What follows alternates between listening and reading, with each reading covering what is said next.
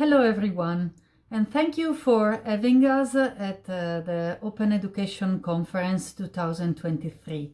I am Paola Corti and I am the Open Education Community Manager at Spark Europe, working together with the librarians in the NOL, the European Network of Open Education Librarians, to do our best in implementing the UNESCO ER recommendation and beyond. Our main goals are to develop a community where librarians around academic institutions at the European level can help each other to do more about open education and also to learn from each other experiences and practices in order to enhance their role as active partners in creating new resources, new practices, and new processes that can help open education strive at the European level. We are more than 100 members, covering 27 countries around Europe, so diversity is in the room every day when we work together. We all speak different languages and we meet monthly, talking mainly in English. We support each other with other languages and we also try our best to release our outputs in more than one language when this is doable, according also to the time constraints that our librarians have. Librarians in our community have a different level of experience in open education, but everyone is welcome. So usually what happens is that the most experienced librarians share their expertise with others, and the new one, through their questions and through their ideas, bring new energy and new power in the room. So, which are the benefits of being part of such a community? Let's leave the floor to our members to talk about it. It's better for you, I think, to listen to their voice directly to understand why they are members and why they stay with us. I've been a member of the NOL for almost 2 years now. And one of the biggest benefits of being the network member for me has been finding this amazing community of like-minded people and finding the sense of belonging to that community. After all, it's one of the fundamental human needs, and we all thrive when we are surrounded by people looking and thinking and working in the same direction. Of course, with that community, we get to collaborate on meaningful projects together, and that makes it worthwhile for me, helping each other, inspiring each other, but also paying forward and getting inspired by each other. I have been a member of the ENOL network since 2021, and I absolutely love it. It's really rewarding professionally because you get to meet librarians from all over Europe who are involved in projects to do with open education and the creation of open educational resources. They have vast amounts of expertise, which they are always incredibly generous in sharing. And it's a great way of learning about practical ways of practicing open education. It's also great fun because you're meeting like-minded people who have a good sense of humor. And so it's great to meet online and see all these different people from different European countries who are sharing one particular goal.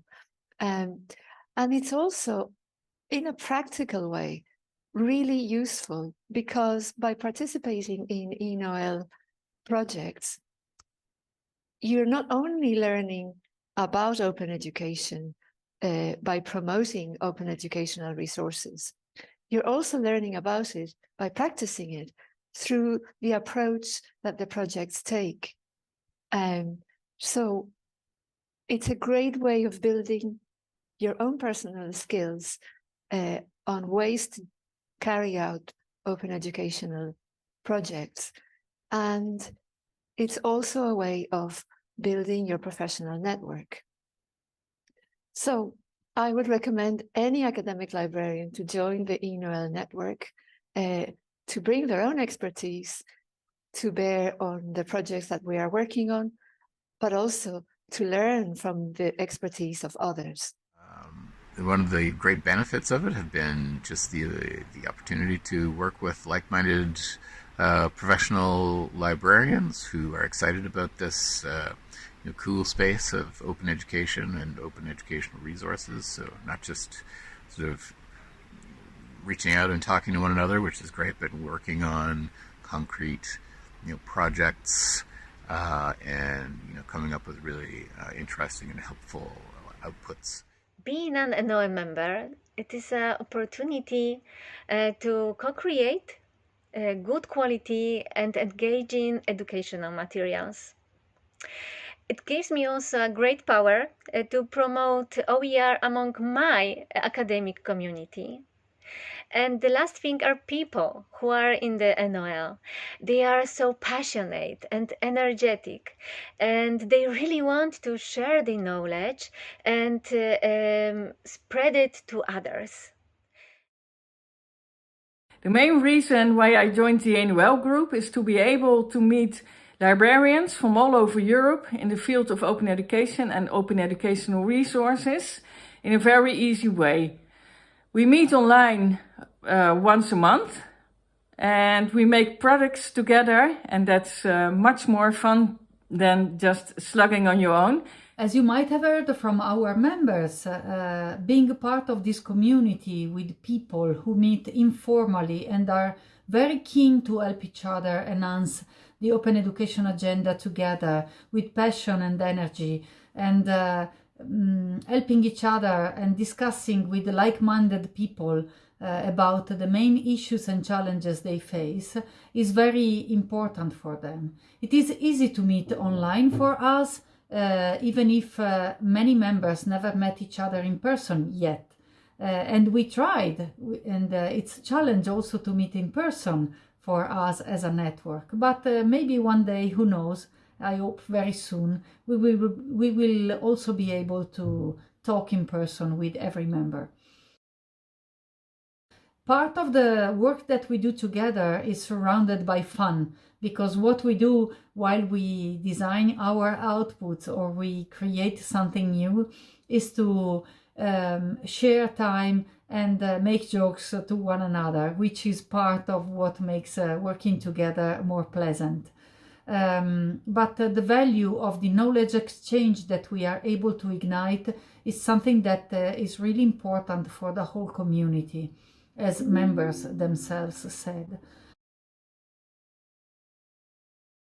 Practicing open education together is key for our development and our work as a network. And by practicing open education together, what I mean is that we not only create outputs, but we also design the processes together to arrive there. And in time, our efforts are becoming more and more focused on sharing every step of the way that leads us to any result that we achieve together. So while we co-create the materials, what we do is to co-create the process to arrive to the final version of the materials themselves. Being so conscious of the importance of co-creating the process made us realize that sharing our work plans might be a good idea for others who are willing to replicate our experiences by adapting them. So what we share now is not only the outputs themselves, but also the work plan for the workshops or for the webinars, and the documents that we use, whichever format they are, to arrive to our final outputs.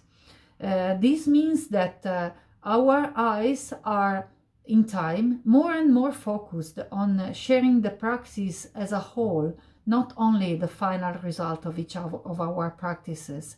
And this is very important for our members, because through the work that we do together, being them active or being them just with us as observers sometimes, because they don't have too much time or they are focused on anything else at that time, they can anyway take the opportunity to reuse our work as everyone else, because everything we produce in the NOL is shared with the CC BY license, and all our members are not only happy with it, but eager to share their work with the most open license possible. Another important part of what we do is advocacy, not only when we talk about open education in the occasions like this one, with you and the wider community participating to this conference. Advocacy work is something that is embedded by our librarians in every activity they do on a daily basis. When they become advocate for open education, they are advocate in every work they do. They are advocate when talking with colleagues, when sharing their experience with open science colleagues too, why not?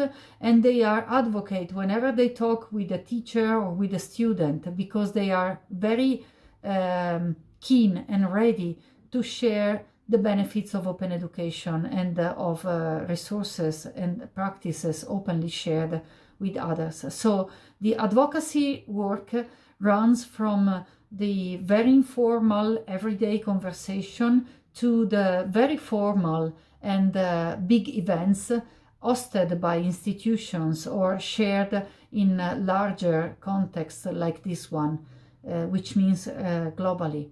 So what I would say also is that the team effort that our members put into every working group they join is remarkable, and it's a pleasure to be there, to be part of this, and to be able to facilitate this to happen. Some of the main results that we achieved so far together are shared in our Wakelet page, also on our website and in our YouTube channel. We share all the recordings of every webinar or workshop that we do, and we also do our best to share our resources through Zenodo. So this is where you can find us, this is where you can find our resources, and this is where you are strongly invited to reuse them as far as possible by adapting them to your target audiences and to your needs. It would be wonderful if you would be so kind as to share with us your feedback after you reuse them, because our aim is to transform our work in an even easier way to be reused in the future. Please let us know if our outputs can be easier to adapt, or if we can structure them in an even handier way to make your life easier when you want to reuse them. We've reached so far till now, but we are very happy to reach farther, and that's what we plan to do. We are reaching the third year of our present strategic plan, and we are drafting together the new one for 2024 till 2026. And guess what? Also, this part of the work has been ignited collaboratively, and we shared a lot of ideas together in order to prioritize our goals moving forward. We also used the theory of change to do this part of work, thanks to a wonderful suggestion coming from Angela de Barger from Hewlett Foundation. And we are happy to tell you that working with the theory of change helped us focus even more on some of the key challenges that we are facing in open education. But let's now go back for a moment to our members and see which are the challenges they are facing in being part of a community that strives to make open education even more close to the default around Europe. And what about the challenges? Well, sometimes it's hard to find time for all activities.